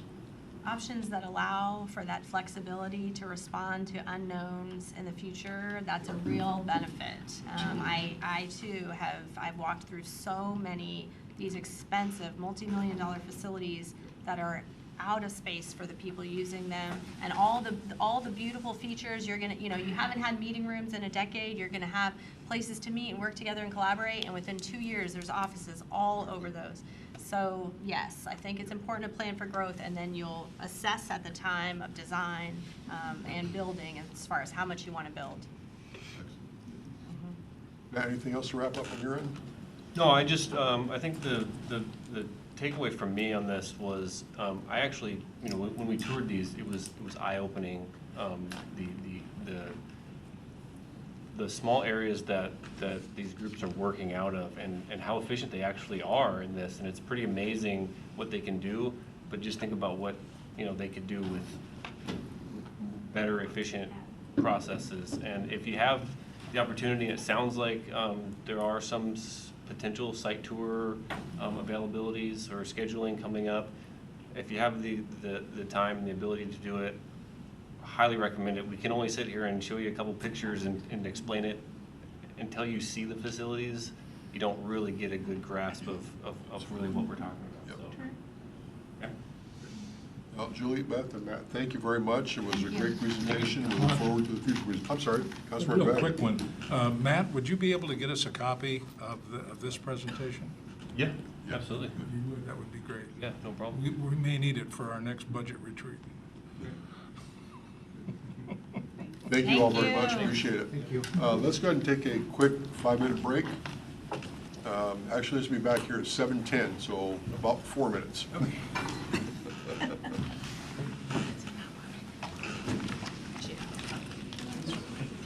Hey, stretch.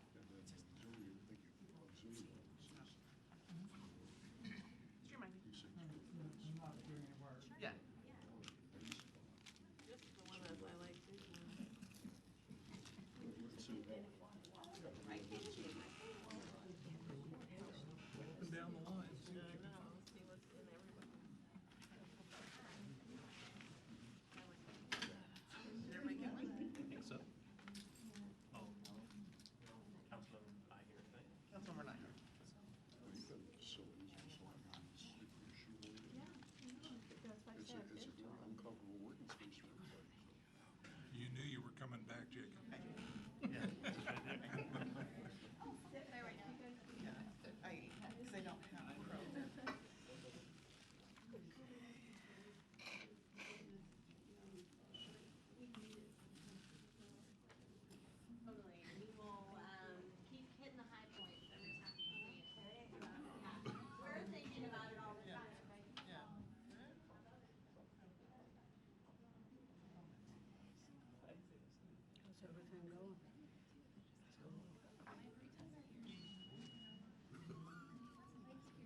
The old sciatica working. I told Mary today, so we're moving to Death Valley. She said, why? I said, it's 120 degrees year round. It won't hurt anymore. Make it fried to a crisp, but it won't hurt anymore. I've been there. You don't want to go No, there. I've been there too, exactly. Yes. Yeah, when we first moved to California, we drove to New York. We had no idea what we're getting into. And during the daytime, we drove through the deserts, like through Arizona and such. This is in the summer. This is in the summer, this is in August, okay? No air conditioning in the vehicle. Yeah. Oh, my God. Every place we saw something that said ice, we stopped. You probably turned around and went back home. Exactly. That was nuts. We were young, we didn't know, you know. It was- What am I doing here? Yes. So, And, yeah.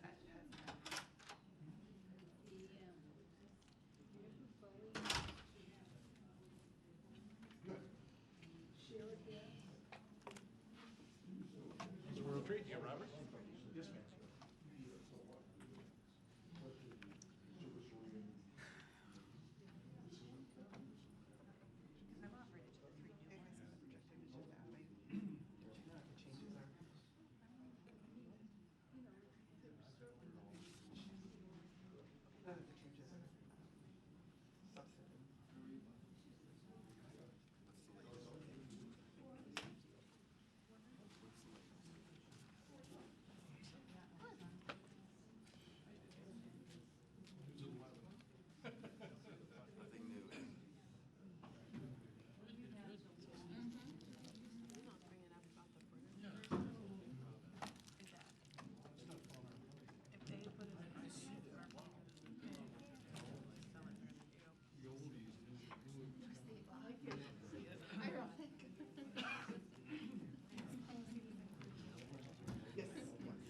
ma'am. No, I just wrote this, but just to myself. I didn't know you wore glasses. Huh? I didn't know you wore glasses. So I've had them for about 6 months, and late at night, after I've been at a computer, things all day, I use them for close-up. Sometimes, not every time. I haven't had my glasses for about 1.5 years, so I finally got them. Yeah. It's a whole different world. I can actually see all your face. If I put these on, you'll be blurry. So it's just truly for Do you use close-up. bifocals? Nope. I don't either. I'm getting there. It's doing fine, thank you.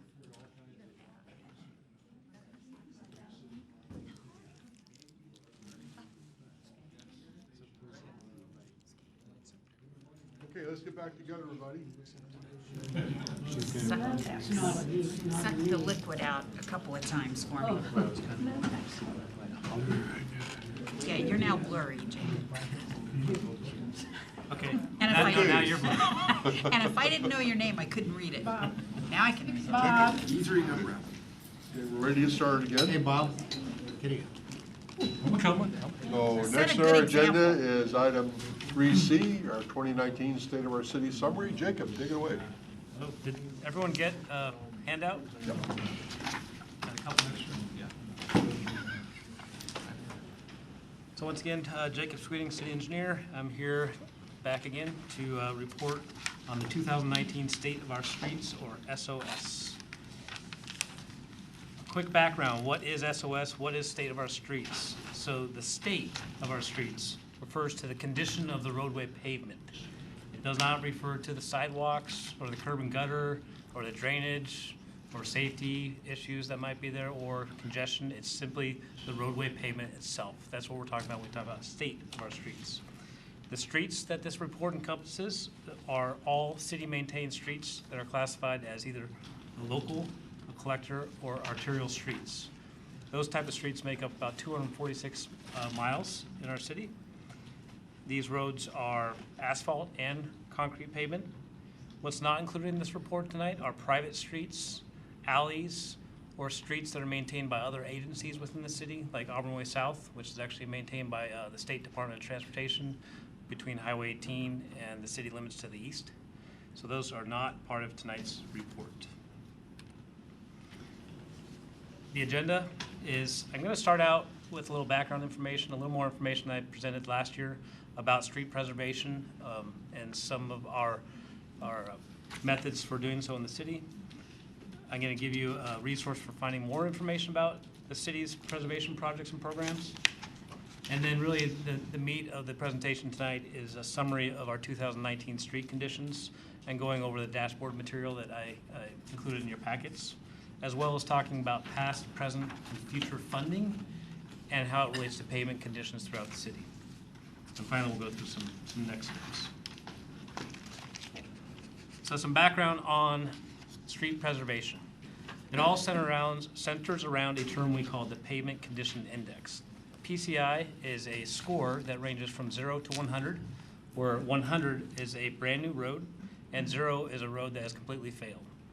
So generally, a PCI score from 0 to 40 is a road that's in poor condition, 40 to 70 is in fair condition, 70 to 100 is in good condition.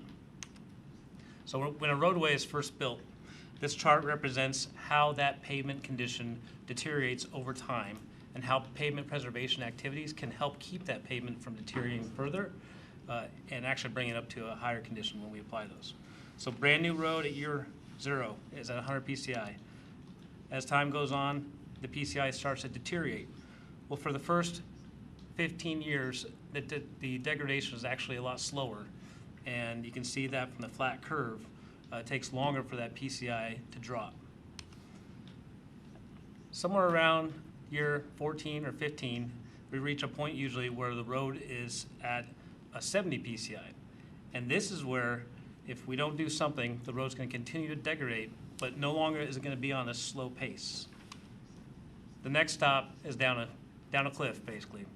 Now within a 5-year time frame, so from year 15 to 20, we've dropped from a 70 PCI, which is a fair condition, to a 40 PCI, which is a roadway that has basically failed and needs to be replaced.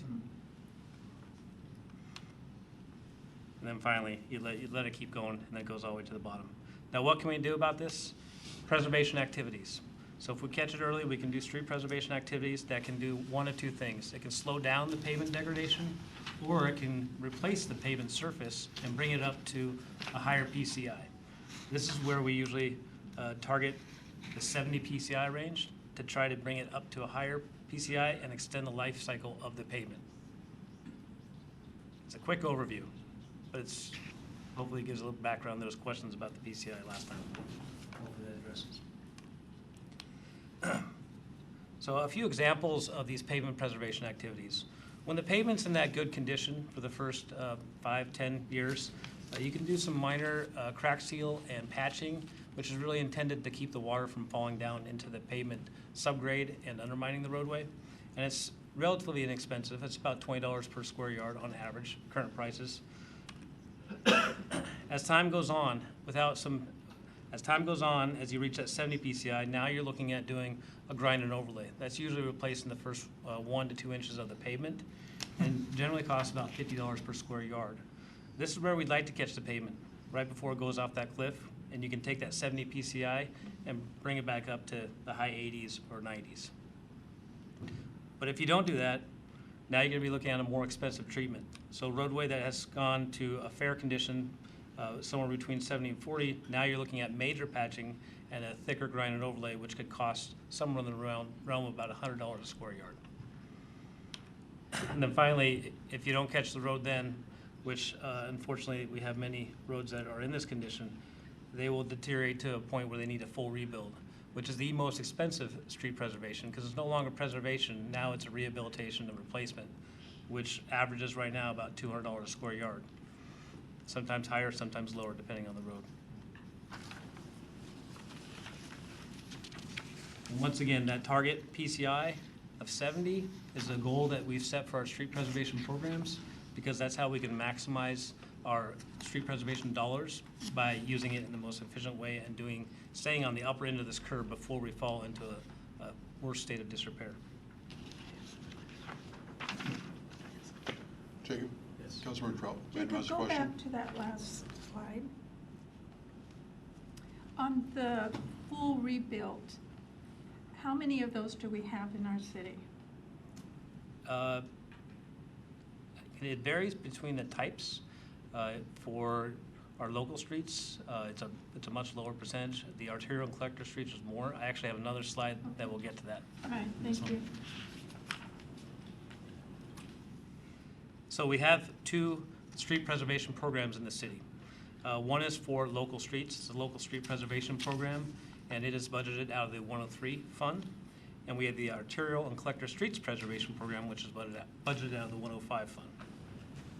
There's a lot more information on what projects we've done recently, what projects are done in the past, and which projects are being planned on the city's website. There's an interactive map where you can click on the projects. You can see what the projects are doing and get some contact information with the project manager if you want to ask some more questions. There's a link there. It's also in your packet. For the sake of time, I'm not going to bring it up at this moment, but it's a really good tool to use to get more information about the specific projects. All right, so the dashboards were a new way that we came up with of showing this information last time, and I'm going to just quickly go through the different components of what this speedometer is conveying here. So this is for all city streets. This is showing that the average PCI is 70. So that's great. That sounds like we met our target. Well, you'll see in a couple minutes that it's not necessarily the whole story, because as we look at the different local streets and arterial streets, we'll see a disparity between the two that we need to talk about how to address. So the gauge starts at 0 on the left, 100 on the right is a brand new street. Then around the outside of the gauge, it's really kind of hard to see. You probably see it better in your packet, but once again, around the outside, it shows what typical preservation activities and associated costs are for streets when they're within that range. So streets that are in very poor and poor condition, once again, requiring the full rebuild, possibly deep patching, that's $200 a square yard. As we move around, and the PCI is actually higher. For streets between 40 and 70 PCI, it's the grind and overlay, so on and so forth. At the bottom is the odometer that shows the equivalent lane miles. This is actually not just center lane miles, which was the 245 or 246-ish that we talked about earlier. This actually accounts for the widths of the roadway, or the number of lanes as well, so it's higher. So here is more to the story. Off to the right is the speedometer, or the PCI odometer for arterial and collector streets, showing that our average is at 63 PCI, which is well below our 70 target, meaning that we have many roads that are down in the fair to poor condition. On the left, a lot better story. The local streets, we have an average PCI of 77, which is above our goal. It's above our target. And so when you average the two together, that's how we end up with a 70 PCI. But to answer the previous question, around the sides of the local streets and the arterial collector streets are percentages. So for local streets, 6% of them are in very poor to poor condition, 22% are in fair condition, and 74% are in good condition. Arterial and collector streets don't fare as well. 42% are in good condition, 45% in fair, and 13% need to be rebuilt.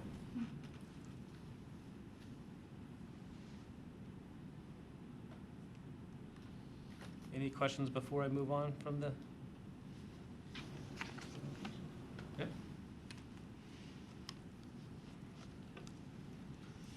So next I want to talk about the funding of our different programs, and I'll start with the arterial and collector program.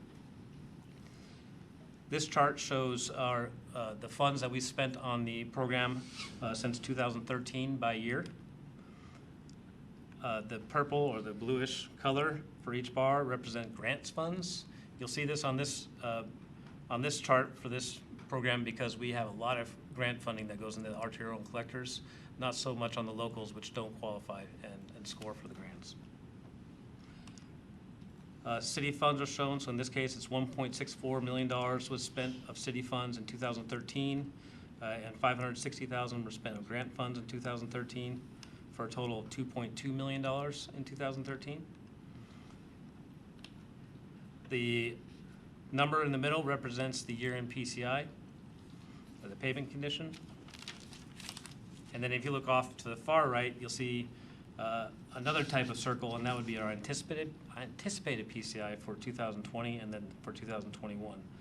which in this case is, given the funding levels that we're projecting for 2020, we're anticipating staying right around that 63 PCI.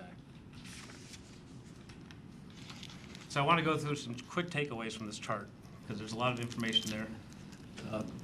2013 to 2020, we averaged $2.75 million per year on the arterial and collector preservation program, which has yielded an increase in our PCI from 55 to 63.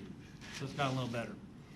However, from 2017 to 2019 is where our most reliable PCI data is from. This is where we actually have hired the company that has a sophisticated van that drives around with laser sensors and actually records the condition of every street. So we got that done in 2017 and 2019 by the same company, so we have consistent numbers to compare. And we can see that at that $3.85 million per year average in 2017 and 19, we're hovering right around that 60 to 63 PCI. 2020 and 2021, we're anticipated 3.5 million annual per year, which is not expected to change, either increase or decrease our average PCI. So beyond 2021, it's important to note that we don't have any grants secured, so all those big numbers there on the bottom have not yet been secured, but we are in the process of identifying programs. There's a call for projects in March that will apply through PSRC for preservation grants, as well as once again will apply in the summer for TIB grants, which, as you're aware, we just recently had some good wins from the TIB grant program. So for, I guess the natural question I would think would be is, how do we get to that 70 PCI on these arterial and collector streets? So some basic modeling that we've done so far indicates that if we wanted to get there in 10 years, it would be a total of $70 million or $10 million per year, which is higher than we've ever funded the program and probably beyond the scope of most grant programs that are out there. So Jay, question on that. So if we look at, let's say it's 70 million over 10 years, which increases our annual average significantly, staffing-wise, how do we handle that if we had that? That's a great question. Certainly with the resources we have now, would be beyond reach. With a program that big, we would need to have probably a dedicated team working solely on those preservation programs. Oh, Councilmember Stearns, I'm sorry. Are there any cities around us that have 70 or higher? We're actually one of the better cities. Not all cities have been collecting data as long as we have and reporting it like we do, but for our local streets being above 70 is very significant and reflects the funding levels that the council has provided to that program for several years, and it paid off. But I'm not aware of any that have 70 across the board. I think we're all working to try to get there. Councilmember Trump-Daniel? About how many more staff would we have to, if we got there? So to fund the 7 million, so to do the 7 million, it'd be really hard for me to guess that. I mean, it wouldn't be just staff. It'd be a mixture of, you're hiring consultants. You're probably hiring a street preservation engineer specifically for that program, maybe supported by another inspector. If you look at our programs now and the staff that we have, I would say that, that 2+ consultant help at least. But when we're seeing these numbers of $7 million a year, it's a really high number, and I think it'd be tough to get there. Guys, I mean, when you look at 7 million a year, yeah, I mean, it's a tall task to do that type of construction during the construction season. And we don't carry it out year round for most part, so it is a daunting task here to try and get to that point. Yes. Mayor Backus. Well, and remember what $7 million a year would do is basically paralyze people being able to get around in our city during that confined construction season, and then you have another problem to deal with. So you've got to find that right balance of how much work can actually be done and not paralyze the city from people being able to commute. No, that's an excellent point, and I think I mentioned before that we now have 2 data points, and we are working on our modeling, our simulations to see what different funding levels could do. So this is probably not attainable, but what would a constant 4 million look like, 5 million? So we're working on running those numbers now that we have some better data. So the story's not over, just beginning. So when you have an average PCI of the low 60s, unfortunately it does mean that you have many roads that are falling into that poor condition every year. So every year that we don't preserve those, there's more that will be in that rebuild situation. Okay, well, here's the good news. Local streets. So local streets from 2013 to 2019, the average funding was $2.5 million per year. And the PCI increased from 64 to 77. In 2017 and 2019, where we have that most reliable data, our PCI is hovering right around 77, with an average of $2.7 million in funding per year. So based on the budget that we have in 2020, we're not really anticipating a significant change in the PCI, just sitting right around that 77 or 76 number. 2021 and beyond. So currently in the capital facilities plan, there is $1.65 million listed, but there's not a funding source identified. So I thought it would be interesting to take a look at what would happen if that funding source was not identified. So if we went just 1 year without funding the program, we would drop from our 76 to 68. So you can see how quickly you can deteriorate if you just don't fund the program. But if we do secure that $1.65 million that's listed in the capital facilities plan for 2021, we'll go down a little bit, probably down to that 73-ish range. So once again here, we have more modeling to do to see what is the sweet spot of funding to keep us right near our target. We just need a little bit more time with the new data that we just got. So.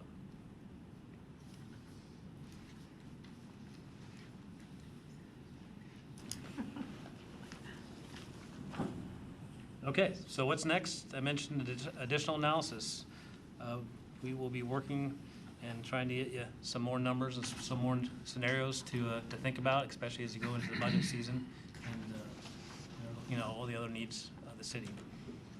And then there is additional information available on the website, and like I said, we're applying for more grants whenever we can. Questions, Council? Councilmember Baggett. Just a quick one. Jacob, what would be, I know we're going to be working on 2nd Street here pretty quick. What category would you put that street in as far as a PCI rating is concerned? That's in that 0 to 40 range, probably on the mid to upper 20s, I believe. I could, yeah, but I don't have it off the top of my head. On the subject of grants, keep James in with a lot of oxygen. Yep, he's going to be pretty busy in the next month, writing a lot of grants. Any other questions? Thank you, Jacob. Thank you. Okay, and next on our list is item 3D, Public Records Policy, City Attorney Como.